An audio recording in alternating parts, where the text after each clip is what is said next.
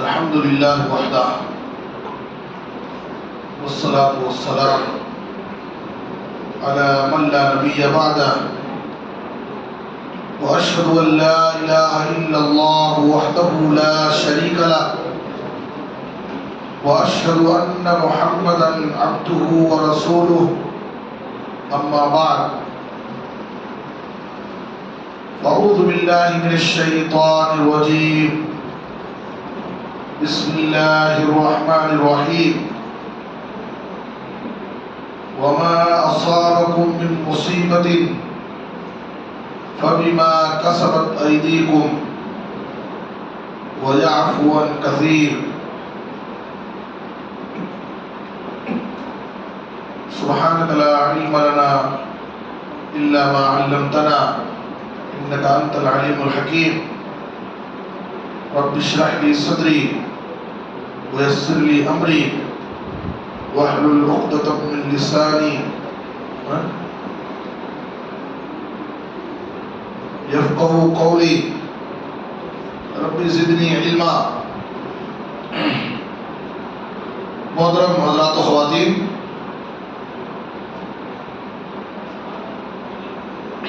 ہماری اصل گفتگو شروع ہونے سے پہلے خواتین کی مجلس سے ایک سوال آیا ہے.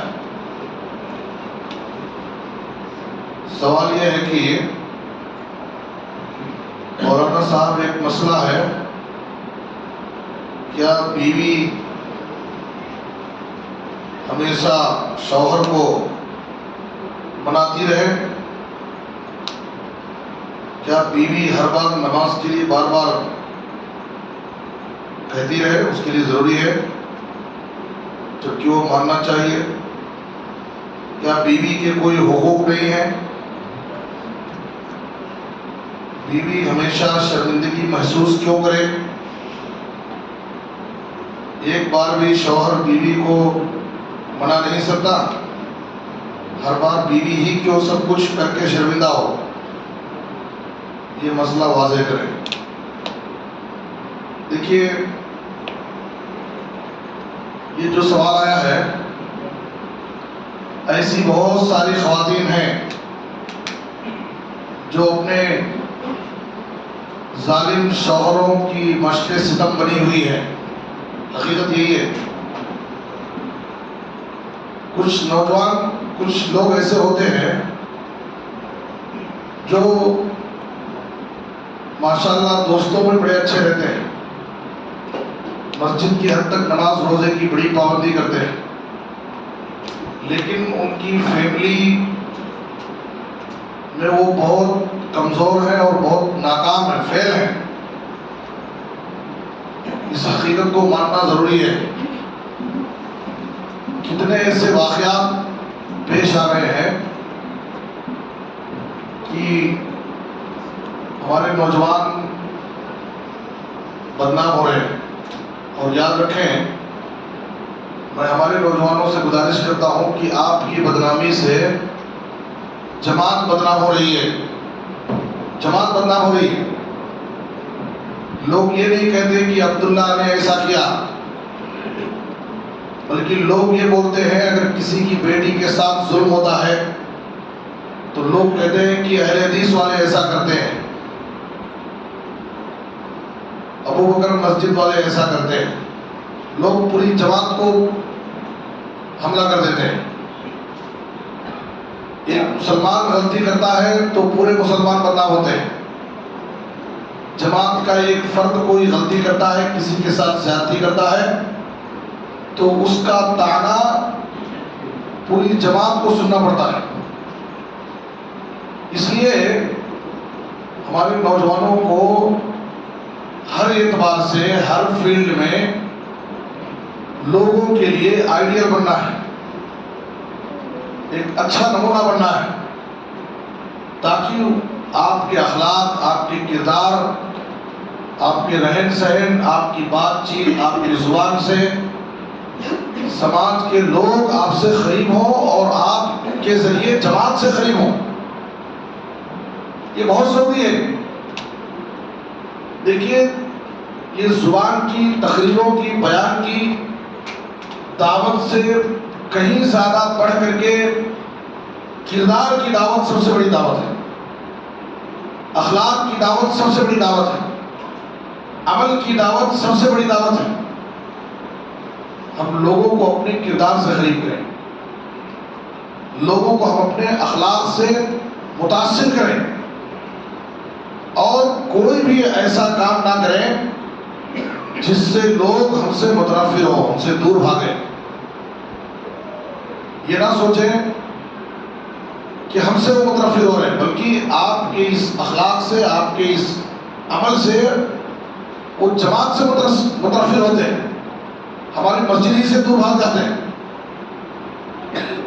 تو ہمیں لوگوں کو قریب کرنا ہے، قریب کرنے کے لیے جو بھی جائز وسائل ہیں اور شرعی اسباب ہیں ان کو ہمیں اپنانا ہے تاکہ لوگ ہم سے قریب ہوں۔ اللہ تعالیٰ نے قرآن مجید میں نبی صلی اللہ علیہ وسلم کی دعوت کی کامیابی کا راز بتایا ہے سورہ آل عمران میں، کہ صرف 23 سال نبوت کے بعد نبی صلی اللہ علیہ وسلم کی دعوتی زندگی کتنی ہے؟ 23 سال۔ مکے میں 13 سال، مدینے میں 10 سال۔ صرف 23 سال میں آپ صلی اللہ علیہ وسلم نے آخر کیا کچھ کیا کہ لاکھوں کی تعداد میں لوگ اسلام سے خریدے۔ ایک وقت تھا کہ آپ کی دعوت پر ایمان لانے والے 2-4 لوگ تھے، مکے میں آپ کی دعوت بالکل اجنبی تھی۔ 360 معبود خانہ کعبہ میں رکھے ہوئے تھے۔ جب آپ نے ایک اللہ کی عبادت کی دعوت دی تو انہوں نے کہا، سورہ صاد میں ہے، اجعل الآلہۃ الہا واحدا ان ھذا لشیء عجاب۔ یہ کیا محمد کی دعوت کیسی عجیب و غریب دعوت ہے؟ کہاں 360 معبود، اور محمد کا کہنا یہ ہے کہ ایک اللہ کی عبادت کرو۔ یہ تو فلسفہ ہمارے ذہن میں سمجھ نہیں آ رہا۔ تو ایک اللہ کی عبادت انہیں عجیب و غریب لگ رہی تھی۔ سورہ قاف میں اللہ نے کہا، کافروں کو کے سامنے جب یہ عقیدہ پیش کیا گیا کہ ایک دن ہمیں مرنا ہے، مرنے کے بعد دوبارہ زندہ کیا جائے گا، حساب و کتاب ہوگا، قیامت قائم ہوگی، آخرت برحق ہے، جنت اور جہنم برحق ہے، تو کافروں نے کیا کہا؟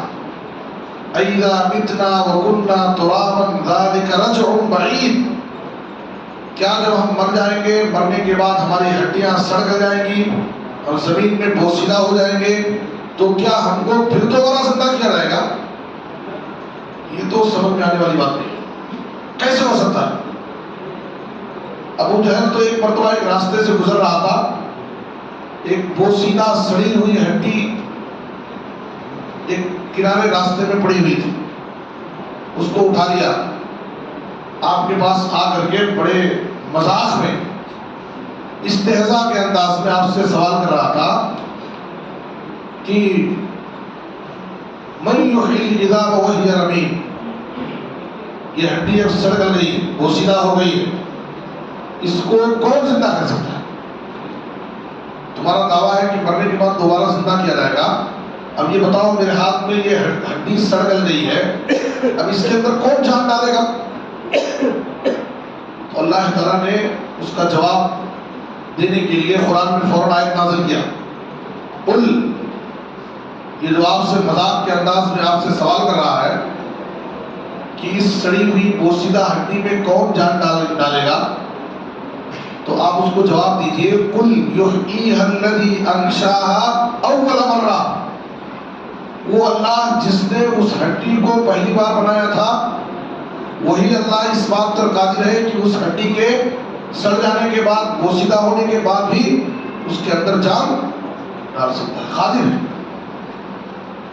تو عجیب و غریب عقیدے مکہ والوں کے تھے، لیکن 23 سال کی مدت میں، ایک مختصر مدت میں، آخر آپ نے کون سا ایسا کام کیا کہ لوگ آپ سے قریب ہوتے گئے؟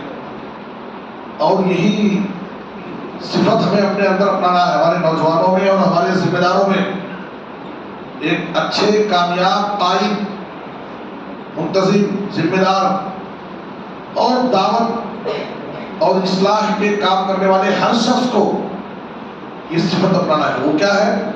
اللہ نے کہا فَبِمَا رَحْمَةٍ مِّنَ اللَّهِ لِنْتَ لَهُمْ وَلَوْ كُنْتَ فَظًّا غَلِيظَ الْقَلْبِ لَانفَضُّوا مِنْ حَوْلِكَ۔ اے نبی صلی اللہ علیہ وسلم، آپ اللہ کے فضل سے، اللہ کی مہربانی سے بڑے نرم دل ہیں، خوش مزاج ہیں، بڑے ملنسار ہیں، ہر ایک کے ساتھ بڑے محبت سے، نرمی سے ان کو قریب بلا کر کے آپ اچھے انداز میں ان کو سمجھاتے ہیں، ان سے پیار کرتے ہیں، ہر ایک سے محبت کرتے ہیں، ہر ایک کو قریب کرتے ہیں۔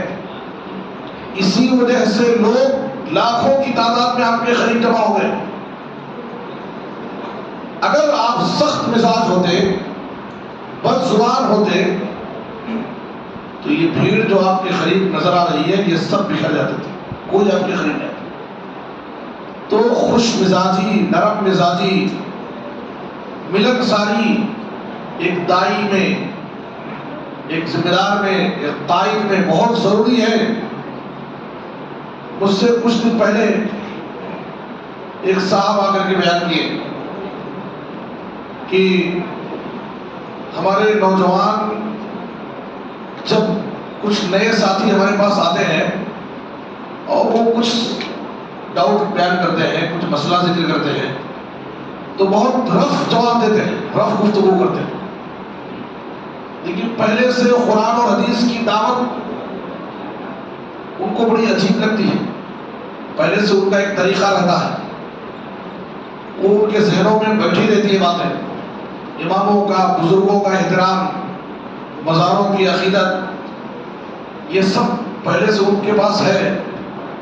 اور آپ ان کے سامنے اچھی بات بھی رکھیں گے تو ان کو خراب لگے گی، اور وہ اچھی بات، حق بات کو اگر آپ سخت لہجے میں، ایک رف انداز میں ذکر کریں گے تو یہ تو اور خراب لگے گی، وہ آپ بھی نہیں مان سکتا ہے۔ پہلے سے حق بات لوگوں کو کڑوی لگتی ہے، اس میں آپ کو بیان کرنے کا، بات کرنے کا انداز اور لہجہ بھی سخت ہو تو یہ ڈبل سختی ہو گئی اور لوگ ماننے کے لیے تیار نہیں ہے۔ بڑی نرمی سے، محبت سے سمجھانے کی ضرورت ہے، لوگوں کو قریب کرنے کی ضرورت ہے۔ نبی صلی اللہ علیہ وسلم کا انداز یہی تھا، لوگوں کی اصلاح کرنے کا۔ نبی صلی اللہ علیہ وسلم کبھی کہتے، کبھی کسی کو ٹارگٹ نہیں بناتے تھے۔ آپ کہتے ما بال اقوام یفعلون کذا و کذا، حالانکہ معلوم رہتا کہ فلاں نے کوئی غلطی کی ہے، لیکن اس کا نام لے کر کے کبھی اس کو ٹارگٹ نہیں کرتے تھے۔ آپ نصیحت میں کبھی ایسی درس میں کہہ دیتے کیا بات ہے کہ کچھ لوگ ایسا ایسا کر رہے ہیں، تو سمجھنے والا سمجھ جاتا کہ مجھے یہ نہیں کرنا چاہیے، غلط ہے، اور عمومی طور پر سب کی اصلاح ہو جاتی ہے۔ یہ طریقہ تھا نبی صلی اللہ علیہ وسلم کا۔ کبھی آپ کہتے نعم الرجل خریم الاسدی لولا طول جبته واسبال ازاره، خریم اسدی یہ بڑے اچھے آدمی، بڑا اچھا نوجوان، تعریف کرتے ہیں، لیکن دو چیزوں کی اصلاح اگر کر لے، دو چیزوں کو سدھار لے تو اور اچھے ہو جائیں۔ کسی نے جا کر کے خریم اسدی سے کہا کہ نبی صلی اللہ علیہ وسلم اپنی مجلس میں تمہاری بڑی تعریف کر رہے تھے، لیکن آپ نے خواہش ظاہر کی کہ دو چیزوں کی اصلاح کر لے تو اور اچھے ہو جائیں۔ تو کہا کہ کیا ہے؟ کہا کہ وہ بڑے بڑے بال رکھتے ہیں اور اپنے بالوں کو پراگندہ رکھتے ہیں اور اپنے ازار کو ٹخنے سے نیچے گھسیٹتے ہیں۔ انہوں نے یہ سنا کہ نبی صلی اللہ علیہ وسلم نے میری تعریف کی ہے اور آپ نے یہ خواہش ظاہر کی کہ یہ دو چیزوں کی اصلاح کر لیں تو بڑے اچھے ہیں۔ فوراً قینچی لیے، قینچی لے کر کے اپنے بالوں کو کٹ کر لی اور اپنے ازار کو ٹخنے سے اوپر کر لی فوراً۔ یہ نبی صلی اللہ علیہ وسلم کے اصلاح کا انداز ہے۔ آپ صلی اللہ علیہ وسلم نے کہا نعم الرجل عبداللہ لو کان یصلی باللیل، عبداللہ بن عمرو بڑے اچھے آدمی ہیں، کاش کہ وہ رات میں تہجد کی نماز پڑھے تو اور اچھا رہے۔ سالم کہتے ہیں کہ اس نصیحت کے بعد عبداللہ بن عمرو بہت کم رات میں سوتے تھے. فقال عبداللہ لا ینام من اللیل الا خلیلا، وہ باقاعدہ پکے تہجد گزارتا. یہ اصلاح کا طریقہ ہے. ہر ایک کے اندر کچھ نہ کچھ خامیاں، کوتاہیاں، کمزوریاں ہوتی ہیں، لیکن خامیوں پر ان کی حوصلہ، خامیوں پر تنبیہ کی جائے اور خوبیوں کو بیان کر کے ان کی حوصلہ افزائی کی جائے تو آدمی کے اوپر اس کا اثر ہوتا ہے. اور کبھی بھی لوگوں سے بات چیت کرتے وقت ہمارا انداز، ہماری گفتگو کا، ہمارا لہجہ سخت نہیں ہونا چاہیے. بڑے نرمی سے، پیار سے، محبت سے قریب کر کے، نبی صلی اللہ علیہ وسلم کی سیرت میں اس کی ہزاروں مثالیں ہیں کہ آپ نے بڑے بڑے گنہگاروں کو کیسے قریب کر کے ان کے دلوں کو نرم کر دیا اور وہ زندگی بھر کے لیے انہوں نے اس گناہ سے توبہ کر لیا، کبھی اس گناہ کے قریب نہیں گئے. تو ہمیں ہر اعتبار سے ہماری جماعت کو، ہمارے نوجوانوں کو، ہمارے ذمہ داروں کو ہر چیز میں ایک اچھا نمونہ، ایک اچھا آئیڈیل، ایک اچھا قائد بننے کی ضرورت ہے تاکہ ہماری طرف سے ہماری جماعت بدنام نہ ہو اور لوگ ہماری جماعت سے قریب ہوں، مترفع نہ ہو، دور نہ بھاگیں. چھوٹے چھوٹے مسئلے پر ہم لڑ لیتے ہیں، یہ سب اچھی چیز نہیں ہے. پہلے سے ہماری جماعت بہت مختصر ہے، وقلیل من عبادی الشکور. تو میں عرض کر رہا تھا کہ ہمارے نوجوانوں کو جیسے مسجد میں اچھے ہیں، دوستوں میں اچھے ہیں، فیملی کے معاملے میں بھی اچھے رہیں، بہترین نمونہ بنے. ہماری بیویوں پہ بھی ہمارے اوپر ذمہ داریاں ہیں، حقوق ہیں. بعض مرد کیا سمجھتے ہیں، اپنی مردانگی اسی میں وہ دکھاتے ہیں کہ میں مرد ہوں اور میری بیوی پر میں قوام ہوں. الرجال قوامون علی النساء، میں اپنی بیوی بچوں کا ذمہ دار ہوں. تو وہ جیسے چاہتے ہیں اپنی عورتوں پر اپنا حکم چلانے کی کوشش کرتے ہیں. بسا اوقات بعض مرد تو اپنی بیوی کو یعنی بیوی ہی نہیں سمجھتے. یہ سب غلط طریقہ ہے. بیوی یہ رفیق حیات ہے، زندگی کی ساتھی ہے، اس کو شریک حیات کہا گیا ہے اور وہ ہماری زندگی کے لیے باعث سعادت ہے، باعث سکون ہے. لیکن کبھی کسی نے، میں نے اس سے پہلے کہا کہ عورتوں کی خواہش یہ رہتی ہے کہ مردوں کے بارے میں بیان ہو، مردوں کی خواہش یہ رہتی ہے کہ عورتوں کے بارے میں بیان ہو، ماں باپ کی خواہش یہ رہتی ہے کہ بچوں کے بارے میں بیان ہو، بچوں کی خواہش یہ رہتی ہے کہ ماں باپ کے بارے میں بیان ہو. کوئی اپنے بارے میں بیان نہیں سننا چاہتا ہے، سب دوسروں کے بارے میں سننا چاہتے ہیں. دوسروں کی اصلاح ہو، دوسروں کی اصلاح ہو، پھر ہماری اصلاح کب ہوگی؟ اصلاح اپنی ذات سے ہوتی ہے. ہر آدمی اپنے اپنے طور پر اپنی اصلاح کر لے تو پورا معاشرہ سدھر جائے گا. اسی لیے اللہ تعالیٰ نے کیا کہا، اتأمرون الناس بالبر وتنسون انفسکم. کیا بات ہے کہ تم لوگوں کو ایمان کی، تقوی کی بڑی بڑی باتیں کرتے ہو اور اپنے آپ کو بھول جاتے ہو. یہ کیا ہے؟ یا ایھا الذین آمنوا لم تقولون ما لا تفعلون. اے ایمان والو، ایسی بات کیوں کہتے ہو جس پر تم خود عمل نہیں کرتے؟ تمہارے قول و عمل میں تضاد نہیں ہونا چاہیے. جو تم کہو باقاعدہ اس پر عمل کر کے دکھاؤ. ہمارے قول و عمل میں اگر تضاد رہے گا، ٹکراؤ ہوگا تو ہماری بات میں اثر نہیں ہوگا، لوگ ہمارے قریب نہیں آئیں گے. ایک صحابی، ابو داؤد کی حدیث ہے، لیکن کبھی کسی نے یہ نہیں سوال کیا کہ ہمارے اوپر ہماری بیوی کا حق کیا ہے. ہمیشہ مرد یہی سوال کرتے ہیں کہ ہمارا حق کیا ہے، بیوی کیا کیا کام کرے. ایک صحابی ابو داؤد کی حدیث ہے، نبی صلی اللہ علیہ وسلم کی خدمت میں آتے ہیں، سوال کرتے ہیں، ما حق زوجت احدنا علیہ. اے اللہ کے رسول، ہمارے اوپر ہماری بیوی کا کیا حق ہے، میں اپنی بیوی کے ساتھ کیسے پیش آؤں. یہ صحابہ کا سوال تھا. نبی صلی اللہ علیہ وسلم نے کہا ان تطعمها اذا طعمت وتكسوها اذا اكتسيت ولا تضرب الوجه ولا تقبح ولا تهجر الا في البيت. ابو داؤد کی حدیث ہے. نبی صلی اللہ علیہ وسلم نے کہا کہ جب تم کھاؤ تو اپنی بیوی کو بھی کھلاؤ، یعنی اس کے کھانے پینے کا پورا انتظام کرو. یہ پہلا حق، رہنے سہنے کا، کھانے پینے کا صحیح انتظام کرو. یہ ہماری ذمہ داری ہے. مرد کا حق کی ذمہ داری ہے، بیوی کا حق ہے کہ اس کو رہنے کے لیے اس کے نان و نفقہ اور اس کے گھر میں رہنے سہنے کھانے پینے کا انتظام کیا جائے. اور جب تم پہنو تو اس کو بھی پہناؤ، یعنی اس کے لیے لباس و پوشاک کا بھی انتظام ہو.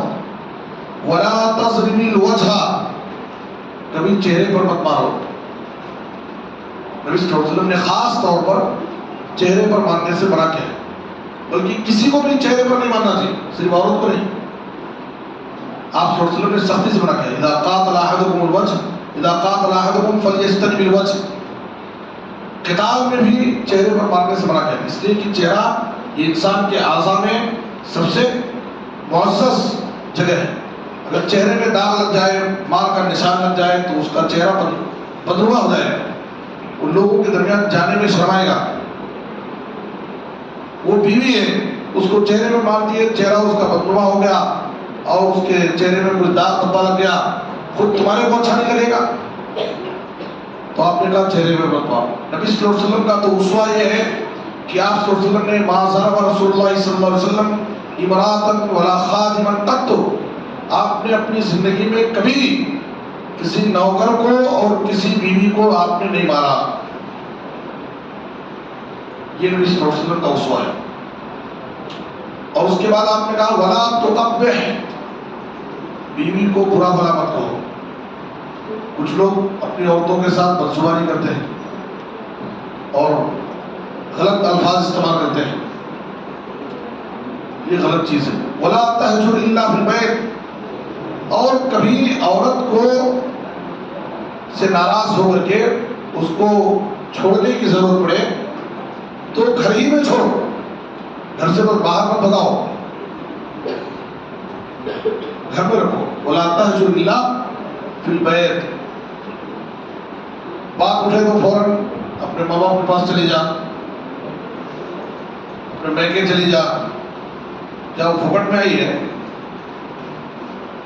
بعض مفکرین لکھتے ہیں کہ اپنی زندگی میں ہر انسان، بڑی اہم بات ہے، ہر انسان اپنی زندگی میں دو لوگوں کی ضرور قدر کرے.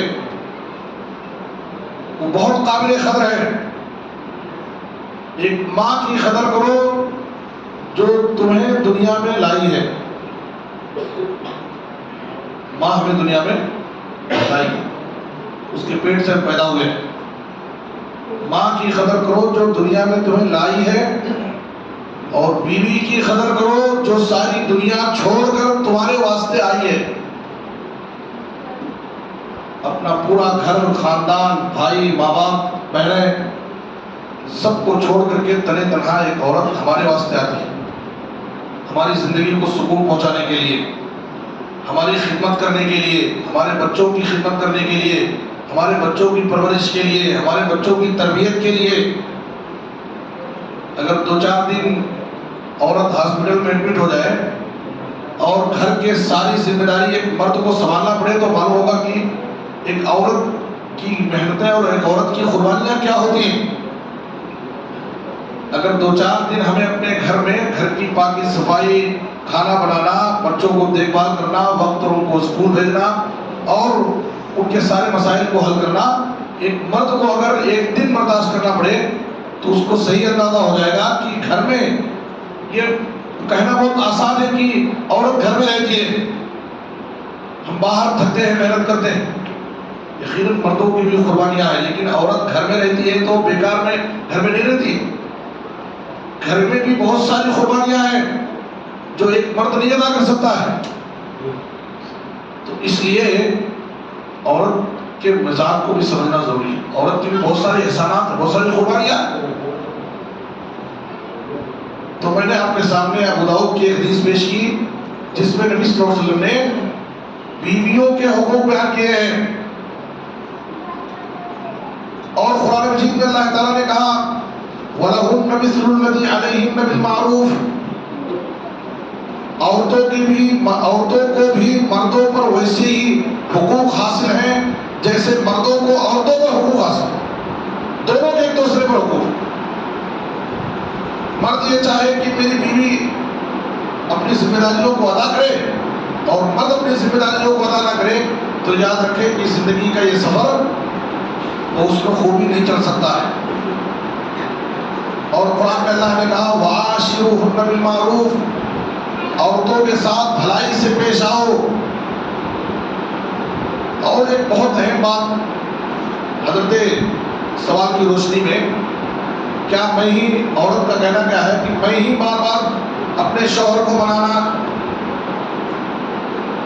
ایک صحابی ابو درداء رضی اللہ عنہ، روضۃ العقلاء میں یہ قول منقول ہے ایک صحابی کا، ابو درداء رضی اللہ عنہ، وہ اپنی بیوی سے کہتے اذا غضبت فرزینی. ابو درداء اپنی بیوی ام درداء سے کہتے اذا غضبت فرزینی واذا غضبت رزیتک. صحابی ابو درداء اپنی بیوی ام درداء سے کہتے جب میں بھی انسان ہوں، اگر کبھی غصے میں آ جاؤں، تم سے ناراض ہو جاؤں تو تم مجھے منا لو. ایسا نہیں کہ تم بھی مجھ سے غصے سے تم دور بھاگ جاؤ. میں بھی انسان ہوں، کبھی اگر تم پر ناراض ہو جاؤ، غصے میں آ جاؤ تو تم مجھے منا لو. اور کبھی تم غصے میں آ جاؤ، ناراض ہو جاؤ تو میں تمہیں منا لوں گا. دونوں میں انڈرسٹینڈنگ ہونا چاہیے. سوال میں یہ ہے کہ کیا عورت ہی بار بار شوہر کو منائے؟ صحابی کا عمل کیا ہے؟ جب میں غصے میں رہوں تو تم مجھے منا دو، اور جب تم غصے میں ہو جاؤ کبھی تو میں تمہیں مناؤں. یہ صحابہ کرام کا طریقہ ہے. اور نبی صلی اللہ علیہ وسلم کا عمل آپ کے سامنے بتایا گیا کہ آپ صلی اللہ علیہ وسلم اپنی بیوی عائشہ رضی اللہ عنہا سے کہتے ہیں انی لأعلم اذا كنت عنی راضیۃ واذا كنت علی غضبی. میں اچھی طرح جان جاتا ہوں جب تم مجھ سے راضی ہوتی ہو، خوش رہتی ہو، اور جب مجھ سے ناراض ہو جاتی ہو. لیکن نبی صلی اللہ علیہ وسلم موقع دے رہے ہیں. جب تم کبھی مجھ سے ناراض ہو جاتی ہو تو میں جان جاتا ہوں کہ اس وقت تم مجھ سے ناراض ہو. تو عائشہ رضی اللہ عنہا نے کہا کہ کیسے آپ کو معلوم ہوتا ہے؟ تو کہا کہ جب آپ مجھ سے خوش رہتے ہیں، جب تم مجھ سے خوش رہتی ہو اور تمہیں قسم کھانے کی ضرورت پڑتی ہے تو کیا کہتی ہو؟ میرا نام لے کر کے کہتی ہو محمد کے رب کی قسم. اور جب تم مجھ سے ناراض ہوتی ہو، غصے میں رہتی ہو اور تمہیں قسم کھانے کی ضرورت پڑتی ہے تو کہتی ہو ابراہیم کے رب کی قسم. تو میرا نام بھی نہیں لیتی. تو میں سمجھ جاتی ہوں کہ اس وقت تم مجھ سے غصے میں ہو. تو نبی صلی اللہ علیہ وسلم اپنی بیویوں کو غصہ ہونے کا حق دے رہے ہیں. اسے بھی غصہ ہونے کا، کبھی ناراض ہونے کا حق ہے. جب وہ غصے میں آئے، ناراض ہو جائے تو ہم منا لیں، ہم غصے میں آئے تو بیوی منا لیں. نبی صلی اللہ علیہ وسلم نے کہا ایسی عورت کو جنتی عورت بتایا. الا اخبرکم بنسائکم من اہل الجنہ، کیا میں تمہیں جنتی عورت کے بارے میں نہ بتاؤں؟ کل ودود ولود العور التي اذا ظلمت قالت هذه يدي في يدك لا اذوق خمرا حتى ترضى.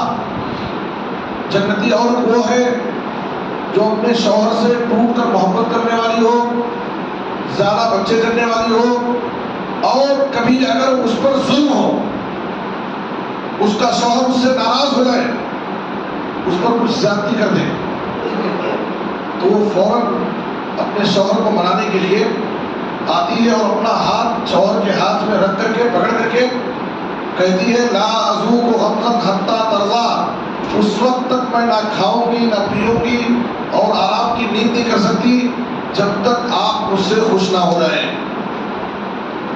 تو باقاعدہ جنتی عورت کی صفت یہ ہے کہ اگر کبھی اس کے ساتھ ظلم ہو گیا، کبھی اس کا شوہر اس سے ناراض ہو گیا تو وہ ہر ممکن طریقے سے اپنے شوہر کو بنانے کی کوشش کرتی ہے.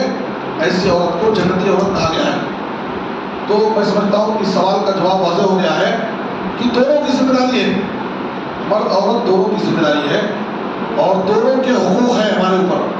اور دونوں جب تک اپنے حقوق کو، اپنی ذمہ داری کو نہیں سمجھیں گے، یاد رکھیں ایسی کوئی بھی فیملی خوشگوار طریقے سے، پرسکون طریقے سے نہیں گزر سکتی. دونوں کی ذمہ داری ہے کہ ایک دوسرے کے حقوق کو سمجھیں، ایک دوسرے کے مقام و مرتبے کو سمجھیں اور اپنی اپنی ذمہ داری کو ادا کریں. تب جا کر کے زندگی میں سکون پیدا ہوگا اور ہم آپس کے اختلاف سے محفوظ رہیں گے. میں نے آپ کے سامنے سورہ شورى کی ایک آیت نمبر 30 پڑھی تھی. اس آیت کے اندر اللہ تعالیٰ نے فرمایا وَمَا أَصَابَكُم مِّن مُّصِيبَةٍ فَبِمَا كَسَبَتْ أَيْدِيكُمْ. اے لوگوں، تمہیں جو بھی مصیبت آتی ہے تمہاری زندگی میں، تمہاری فیملی میں، تمہارے کاروبار میں، تو یہ تمہاری بدعمالیاں ہیں، یہ تمہارے گناہوں کی سزا ہے. انسان کو چاہیے کہ جب ہماری زندگی میں پریشانی آئے، مصیبت آئے، کوئی بھی مصیبت، تو انسان اپنے گناہوں کو یاد کرے.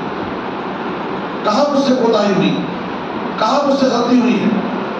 عام طور پر مصیبت اور پریشانی میں انسان اپنے گناہوں کو نہیں یاد کرتا.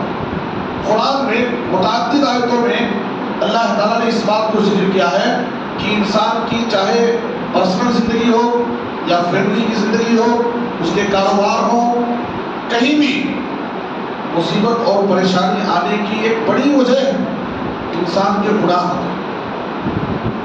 لیکن عام طور پر انسان اپنے گناہوں کو نہیں یاد کرتا ہے. جب بھی کوئی مصیبت آتی ہے تو ہم یہ کیا سمجھتے ہیں، اس وجہ سے آئی ہوگی، اس وجہ سے آئی ہوگی، یہ ہو سکتا ہے، وہ ہو سکتا ہے. انسان اپنے گناہوں کو نہیں یاد کرتا. اللہ تعالیٰ ہمیں یہ نصیحت فرما رہا ہے کہ جب بھی تمہاری زندگی میں کوئی مصیبت اور پریشانی آئے تو تم ان کو اس کا ذمہ دار ٹھہرانے کی بجائے تم اپنے گناہوں کو یاد کرو کہ مجھ سے کہاں کوتاہی ہوئی، مجھ سے کہاں کچھ غلطی ہوئی. یہ تمہارے گناہوں کی سزا ہو سکتی ہے. اب تمہاری ذمہ داری یہ ہے کہ اپنے گناہوں سے اللہ کی بارگاہ میں صدق دل سے، سچے دل سے توبہ کرو، اللہ سے معافی مانگو. اللہ تعالیٰ تمہیں معاف کر کے اس مصیبت کو ڈال دے گا. اس آیت میں سورہ شورى کی آیت نمبر 30 ہے. اس آیت کی تفسیر میں حافظ ابن کثیر رحمۃ اللہ علیہ نے تفسیر ابن کثیر میں دو بڑے اہم قول نقل کیے ہیں سلف کے. کہتے ہیں، دیکھیے بڑی اہم بات ہے، گناہوں کے برے اثرات، انسان گناہ کرتا ہے لیکن اس کے گناہوں کی نحوست کہاں کہاں پڑتی ہے ہم سوچ نہیں سکتے. جیسے انسان نیکی کرتا ہے تو نیکی کے اچھے اثرات انسان کی اپنی زندگی میں، اس کی فیملی میں، اس کے کاروبار میں، اس کے علم میں، ہر چیز میں نیکیوں کے اچھے اثرات. انسان صدقہ و خیرات کر رہا ہے، نمازیں پڑھ رہا ہے، روزے رکھ رہا ہے، تلاوت کرتا ہے، نیکیوں میں آگے کے رہتا ہے، تو اس کی نیکیوں کے اچھے اثرات ہر چیز میں آتے ہیں. اس کے کاروبار میں اللہ ترقی دیتا ہے، اللہ تعالیٰ اس کی فیملی میں سکون کی زندگی دیتا ہے، اس کے کاروبار میں اللہ تعالیٰ برکتیں عطا فرماتا ہے، اس کی زندگی میں اللہ سکون دیتا ہے. تو نیکیوں کے اچھے اثرات صرف نیکی کرنے والے کی زندگی میں نہیں، بلکہ وہ اپنی فیملی میں، اپنے کاروبار میں، اپنے گھر میں، ہر چیز میں اس کی برکت دیکھتا ہے، نیکی کی برکت. اسی طریقے سے جب انسان گناہ کرتا ہے تو گناہ کی سزا، گناہ کے برے اثرات صرف گناہ کرنے والے کی زندگی میں نہیں آتے، بلکہ گناہوں کے برے اثرات اس کی فیملی میں، اس کے کاروبار پر پڑتے ہیں. اور یہاں تک کہ سلف کہتے ہیں کہ گناہ میں کرتا ہوں اور اس کے برے اثر میں اپنی سواری میں دیکھتا ہوں. سواری پر سوار ہو کر کے جاتا ہوں، کبھی ایکسیڈنٹ ہو جاتا ہے، سواری مجھے گرا دیتی ہے اور میں کسی حادثے کا شکار ہو جاتا ہوں. تو کہتے ہیں کہ گناہ انسان کرتا ہے لیکن اس کے برے اثرات صرف اسی کی زندگی میں نہیں بلکہ اس کی فیملی میں، اس کے کاروبار میں، اس کی سواری میں، کئی چیزوں پر اس کے برے اثرات پڑتے ہیں۔ جیسے نیکی کی برکتیں، نیکی کے اچھے اثرات صرف نیکی کرنے والے کی زندگی میں نہیں بلکہ اس کی فیملی میں، اس کی تجارت میں، اس کے کاروبار میں، ہر چیز میں آتے ہیں، تو اسی طرح سے گناہوں کے برے اثرات ہر چیز میں ظاہر ہوتے ہیں۔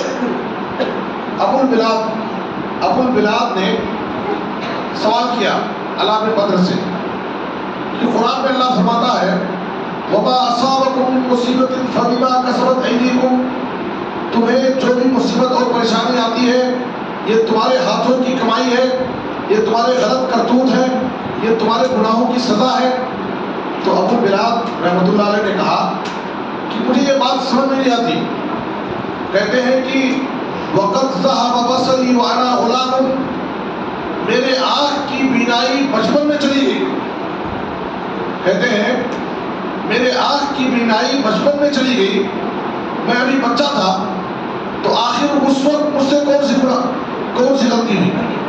اللہ کہتا ہے جو بھی مصیبت اور پریشانی آتی ہے یہ تمہارے گناہوں کی سزا ہے، یہ تمہارے ہاتھوں کی کمائی ہے۔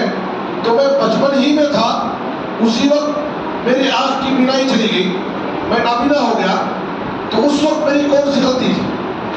وہاں میرا کون سا گناہ ہے کہ میری آنکھ کی بینائی چلی گئی؟ تو علا بن بدر نے کہا فَبِذُنُوبِ وَالِدَيْكَ، تفسیر میں کثیر میں قول ہے فَبِذُنُوبِ وَالِدَيْكَ، ہو سکتا ہے کہ غلطی تمہاری نہ ہو، تمہارے ماں باپ کی غلطی کی سزا تمہیں مل سکتی ہے۔ غلطی تم نے نہیں کی ہے، تمہارے ماں باپ نے کوئی غلطی کی ہو اور اس کی سزا اللہ تعالیٰ نے تمہیں دیا ہو۔ ویسے اللہ کا یہ قانون نہیں ہے کہ غلطی کوئی کرے سزا کسی دوسرے کو دے، یہ اللہ کا قانون نہیں ہے، یہ اللہ کے عدل و انصاف کے خلاف ہے۔ لیکن گناہوں کے برے اثرات دوسروں پر پڑتے ہیں، گناہوں کی نحوست دوسری چیزوں پر پڑتی ہے۔ تو کہا کہ غلطی تمہاری نہیں ہے، لیکن ہو سکتا ہے تمہارے ماں باپ کی غلطیوں کی سزا اللہ تعالیٰ نے تمہیں دی ہے۔ اس لیے گناہوں سے ہم کو اپنے آپ کو بچانا چاہیے، ورنہ اس کی نحوست، اس کے برے اثرات جہاں ہماری زندگی میں آئیں گے، ہماری فیملی میں، ہماری سواری میں، ہماری تجارت میں، ہمارے کاروبار میں، کسی بھی چیز میں ظاہر ہو سکتا ہے، اس کی نحوست پڑ سکتی ہے۔ دوسرا قول اس آیت کی تفسیر میں حافظ ابن کثیر رحمۃ اللہ علیہ کہتے ہیں کہ امام ضحاک رحمۃ اللہ علیہ نے کہا ما نعلم احدا حفظ القرآن ثم نسيه الا بذنب، کہتے ہیں میں نہیں جانتا کہ کسی نے قرآن کو یاد کیا ہو، قرآن کا حافظ ہو، حافظ قرآن ہو، اللہ نے اس کو قرآن کا حافظ بنایا، یہ اللہ کی بہت بڑی نعمت ہے۔ لیکن حافظ قرآن ہو کر کے اگر اس نے قرآن کو بھلا دیا تو کہتے ہیں کہ میں سمجھتا ہوں کہ اس کے گناہوں کی نحوست ہے، اس لیے کہ اللہ تعالیٰ کا یہ پاک کلام قرآن پاک سینے ہی میں رہے گا۔ قرآن کو محفوظ رکھنے کے لیے اور خاص طور پر دین کے جو دینی طلبہ ہیں، شریعت کا علم حاصل کرنے والے، ان کے لیے اپنے ذہن و دماغ کو، اپنے افکار و نظریات کو، ہماری آنکھیں، ہمارے کان، ہمارا سینہ، ہمارے دل دماغ جب تک گناہوں سے پاک صاف نہیں رہیں گے، یاد رکھیں کہ شریعت کا، قرآن کا، حدیث کا یہ پاکیزہ علم اللہ تعالیٰ ہمارے سینے میں محفوظ نہیں کر سکتا، نہیں کر سکتا۔ سورہ بقرہ میں اللہ تعالیٰ نے کہا وَاتَّقُوا اللَّهَ وَيُعَلِّمُكُمُ اللَّهُ، اے لوگو اللہ کا تقوی اختیار کرو، اللہ کا تقوی اختیار کرو، اللہ تمہیں علم دے گا۔ تقوی اختیار کرو، اللہ علم دے گا۔ علم کے لیے اور قرآن اور حدیث کا علم حاصل کرنے کے لیے ہماری آنکھیں، ہماری نظریں، ہمارے کان، ہمارا ذہن و دماغ، ہمارا سینہ، ہمارا دل گناہوں کی غلاظت سے، گندگی سے بالکل پاک صاف رہنا ضروری ہے۔ ورنہ دھیرے دھیرے علم حاصل ہو جانے کے بعد بھی، قرآن کا حافظ ہو جانے کے بعد بھی ہمارے سینے سے وہ دھیرے دھیرے سب ختم ہو جائے گا. تو کہتے ہیں وَأَيُّ مُصِيبَةٍ أَعْظَمُ مِن نِسْيَانِ الْقُرْآنِ. کہتے ہیں کہ قرآن آدمی یاد کر کے قرآن کو بھلا دے، اس سے بڑی مصیبت اور کیا ہو سکتی ہے؟ قرآن کا حافظ ہو کر کے قرآن کو اگر بھلا دیا، اس سے بڑی مصیبت اور کیا ہوگی؟ اور سچ کہا اللہ تعالیٰ نے وَمَا أَصَابَكُم مِّن مُّصِيبَةٍ فَبِمَا كَسَبَتْ أَيْدِيكُمْ. تمہیں جو بھی مصیبت آتی ہے یہ تمہارے ہاتھوں کی کمائی ہے. اللہ نے تمہیں قرآن کا علم دیا تھا، حدیث کا علم دیا تھا، تم نے اس کی قدر نہیں کی.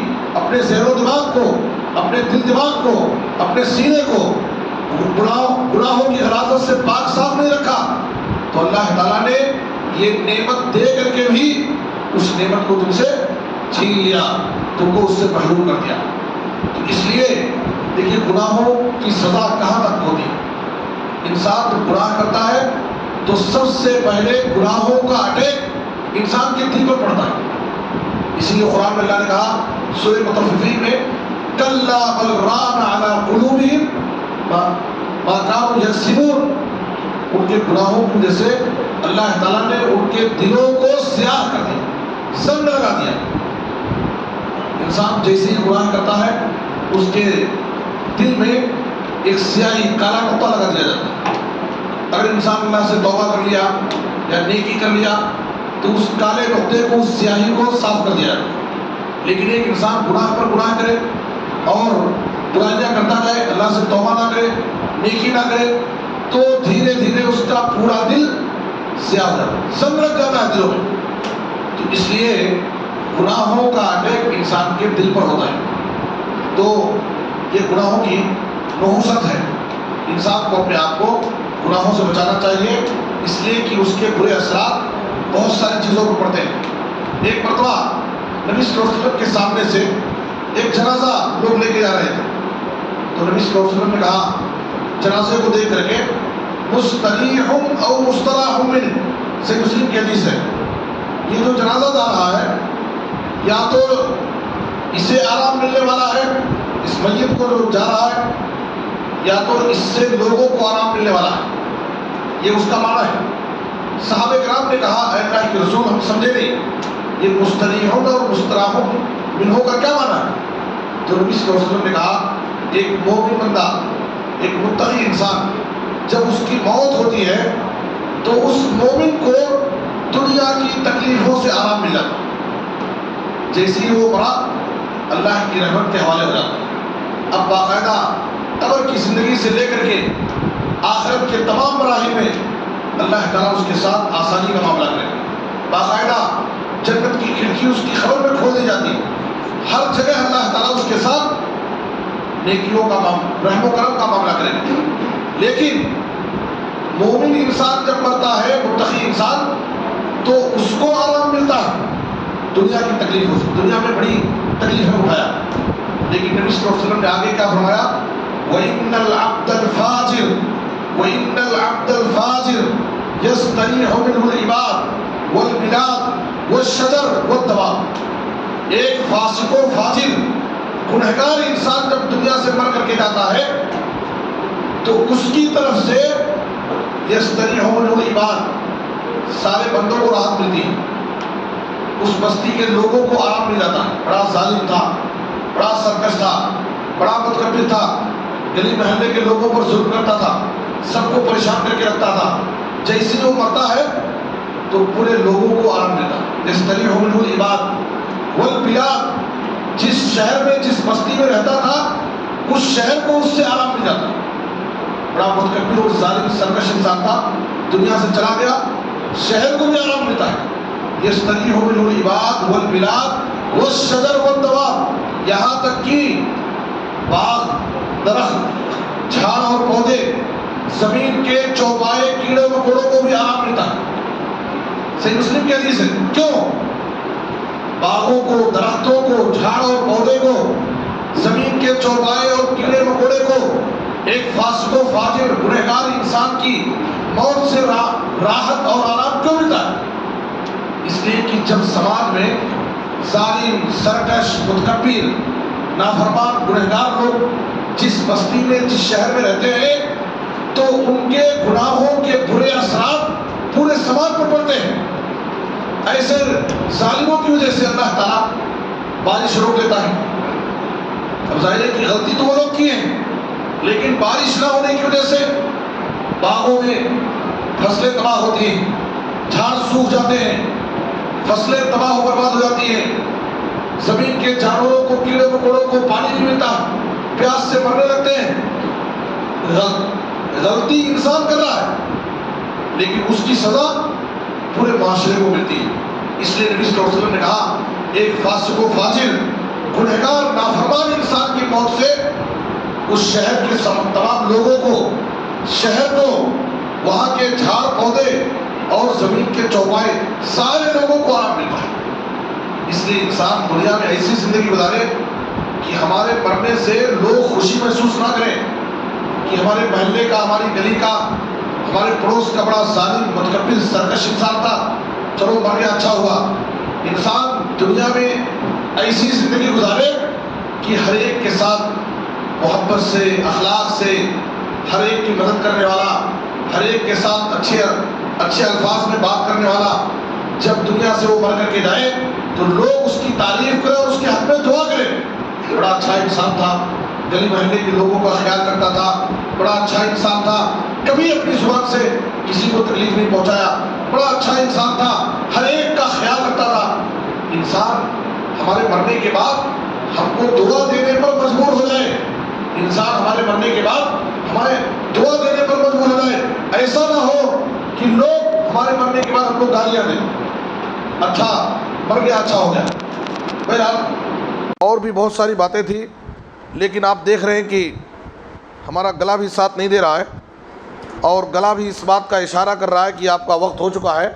تو اس لیے میں اپنی بات کو یہیں پر ختم کرتا ہوں، اس دعا کے ساتھ کہ اللہ تعالیٰ جو بھی باتیں کہی گئی ہیں ان کو سمجھنے اور ان پر عمل کرنے کی توفیق عطا فرمائے. اللہ تعالیٰ ماہ رمضان کی ہماری عبادتوں کو قبول فرمائے.